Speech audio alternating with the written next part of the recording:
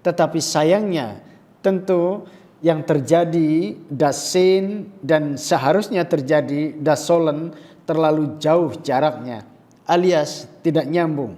Seringkali bahwa media digital yang digunakan itu menjadi sebuah hambatan dalam membangun karakter anak-anak kita gitu.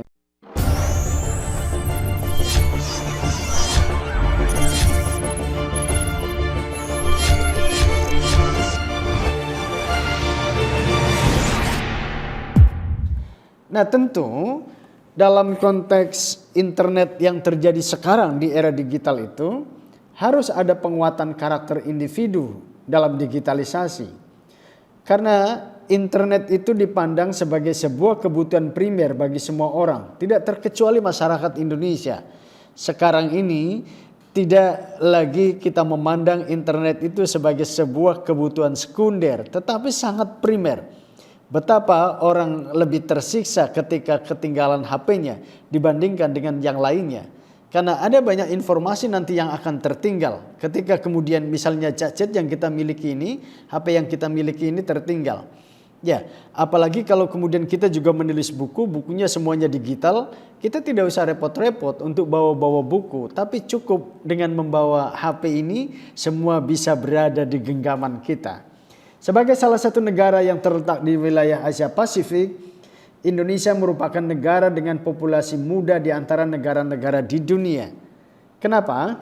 Karena berdasarkan peringkat yang ada, rata-rata penduduk di Indonesia itu berusia 29,7 tahun. Angka ini di bawah rata-rata dunia yang berusia 30,9 tahun pengguna jasa layanan internet ini. Artinya apa? Ada banyak orang-orang muda di kita menggunakan atau mengakses teknologi internet ini. Pendidikan karakter menjadi sesuatu hal yang urgen. Kenapa? Memiliki andil dalam menanamkan nilai-nilai nasionalisme, penanaman kebinekaan, tadi perbedaan, keragaman, mental nasionalisme melalui pendidikan di keluarga, sekolah, dan lingkungan. Tidak hanya mengadopsi budaya dari luar tetapi mempergunakan internet untuk pengembangan budaya lokal.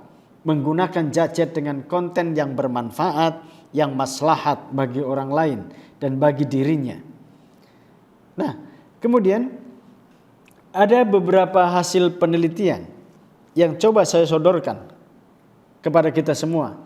Pendidikan karakter di era digital ini juga sebuah tantangan. Orang tua setuju pendidikan karakter tetap memerlukan bantuan guru walaupun di era digital semacam ini. Misalnya hasil penelitian disebutkan, apakah Anda yakin dapat mengembangkan karakter anak Anda dengan maksimal tanpa bantuan guru?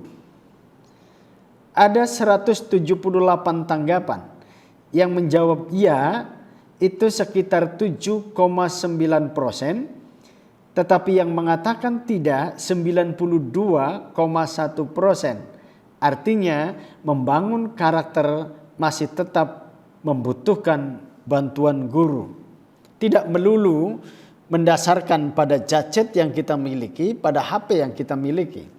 Lalu ketika ada pertanyaan, apakah Anda yakin karakter anak dapat dibangun di rumah dan lingkungan tanpa perlu berangkat ke sekolah?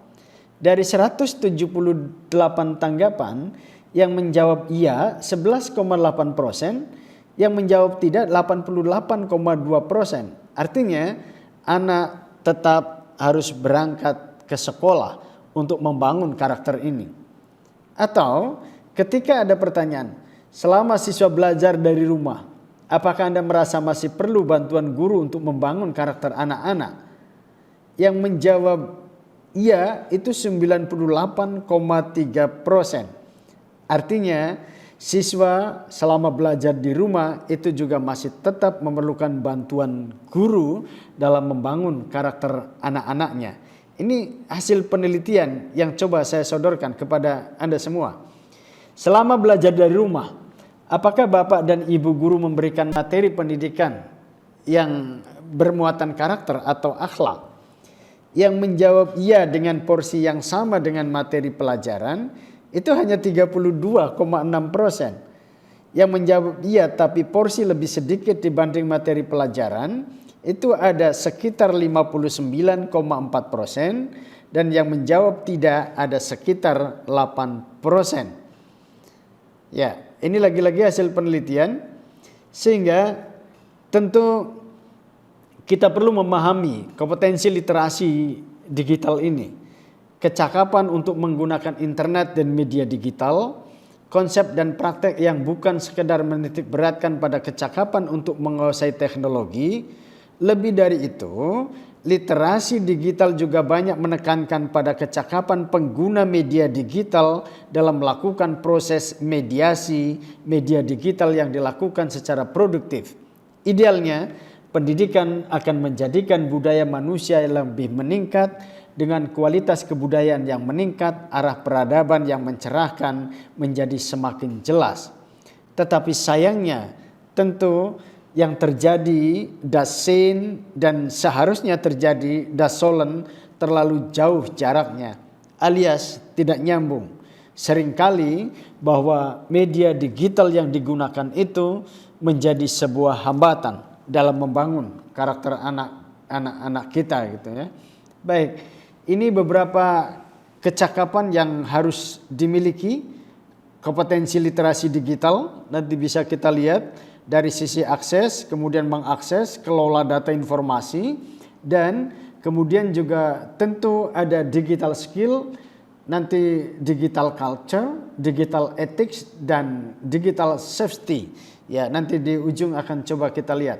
Nah, ini saya kira ini peta kompetensi literasi digital berdasarkan Siberkreasi, Kominfo, dan Deloitte. Ya, jadi secara individu maupun kolektif, baik di lembaga informal maupun formal, tentu 4 hal ini harus dimiliki pada diri seseorang. Kemampuan digital atau digital skill.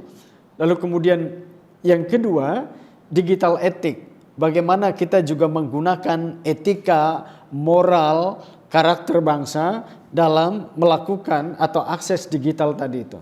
Lalu kemudian digital culture, budaya digital tadi yang saya sebutkan, supaya kita kemudian memasuki yang keempat, digital safety, aman dalam memasuki sesuatu hal yang tadi itu, berbau digital tadi itu ya.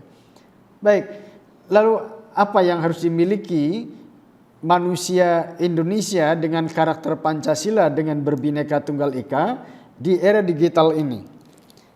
Manusia Indonesia yang berkarakter Pancasila tentu menjunjung tinggi nilai Pancasila dan Bhinneka Tunggal Ika dalam berdigital. Sikap Pancasila ditunjukkan dalam kegiatan kemanusiaan, dalam berbagai kegiatan. Salah satu aplikasinya melalui media sosial, yakni melalui penggunaan nilai-nilai Pancasila dalam berkomunikasi antara sesama manusia. Ya, tadi misalnya yang pertama nanti kita akan uraikan beberapa sila dalam Pancasila itu. Mendukung manusia menjadi manusia sosial, berbudaya dalam dunia digital, bukan malah sebaliknya menjadi manusia yang asosial dalam era digital. Jadi tadi digital etik itu juga penting. Ya, digital culture juga itu penting supaya kemudian digital safety akan menjadi tujuan kita bersama gitu. Ya. Budaya digital, budaya Pancasila menjadikan nilai-nilai Pancasila dan Bhinneka Tunggal Ika sebagai landasan kecakapan digital. Mewujudkan nilai-nilai Pancasila dan Bhinneka Tunggal Ika sebagai panduan karakter dalam beraktivitas di ruang digital. Apa nilai-nilai Pancasila di ruang digital yang tadi saya sampaikan dari sila pertama sampai ke 5?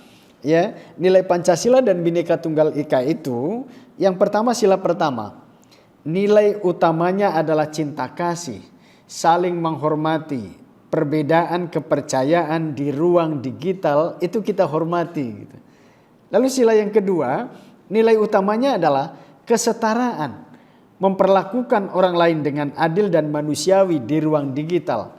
Jadi tidak boleh kemudian kita bias gender, apalagi kemudian tidak mengakuikan kesetaraan, bahkan kemudian memperlakukan orang lain dengan tidak manusiawi, tidak adil di ruang digital. Sila ketiga itu nilai utamanya adalah harmoni, mengutamakan kepentingan Indonesia di atas kepentingan pribadi dan golongan di ruang digital.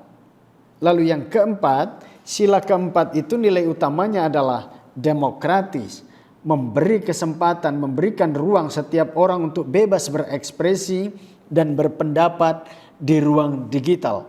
Tentu berekspresi dan bebas untuk menyampaikan pandangan pendapatnya itu juga harus sesuai dengan nilai-nilai Pancasila yang kita anut itu.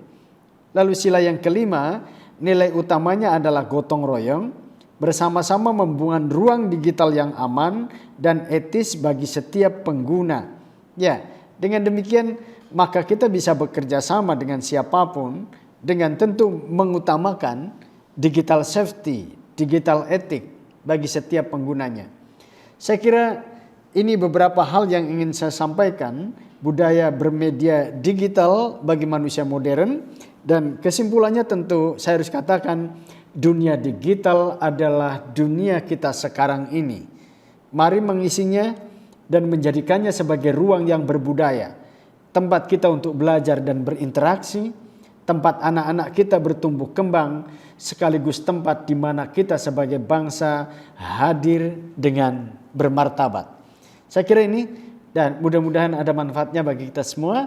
Terima kasih. Assalamualaikum warahmatullahi wabarakatuh.